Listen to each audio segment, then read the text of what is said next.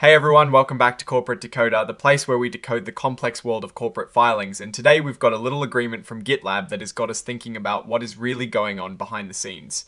So, what is the big story here? It is about GitLab making sure they don't miss out on a good deal, and who they're making this deal with is pretty interesting. It is not a huge financial report, but it tells us something about how they're playing the long game. GitLab, the company known for its popular platform that helps software developers work together.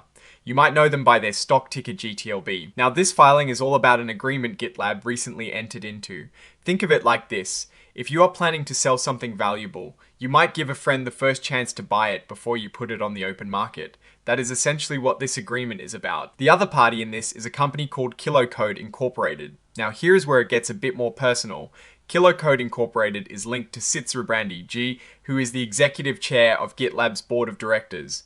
This means someone in a very high position at GitLab is involved with the other side of this deal. And don't worry, this wasn't a backroom deal. The filing explicitly states that the audit committee of GitLab's board of directors reviewed, voted on, and approved this agreement.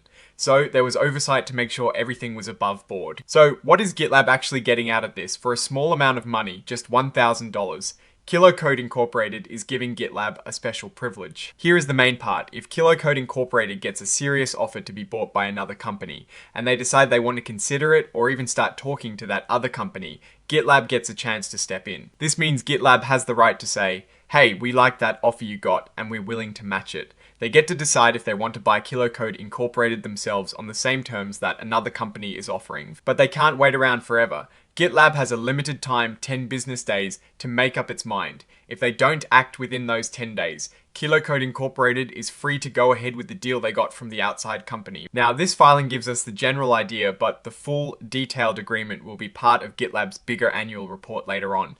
So this is just the announcement of the deal.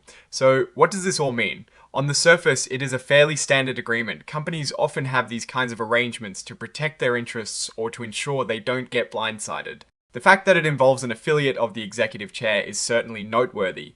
It suggests GitLab might have a strategic interest in businesses connected to its leadership, perhaps for future growth or integration into their own platform. It is a low-cost way to keep options open, especially if Kilocode Incorporated holds something GitLab values, like intellectual property or a customer base.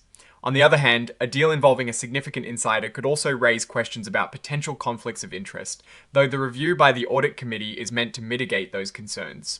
We'll be watching to see if this right of first refusal ever gets triggered and what GitLab decides to do. Alright, that is our quick look at this GitLab filing. What is your take on this agreement and what it might signal for GitLab's future? Drop your thoughts in the comments below. If this breakdown was helpful, please hit that like button and subscribe for more corporate deep dives. And don't forget to join our Discord community. The link is in the description. Thanks for watching. See you next time.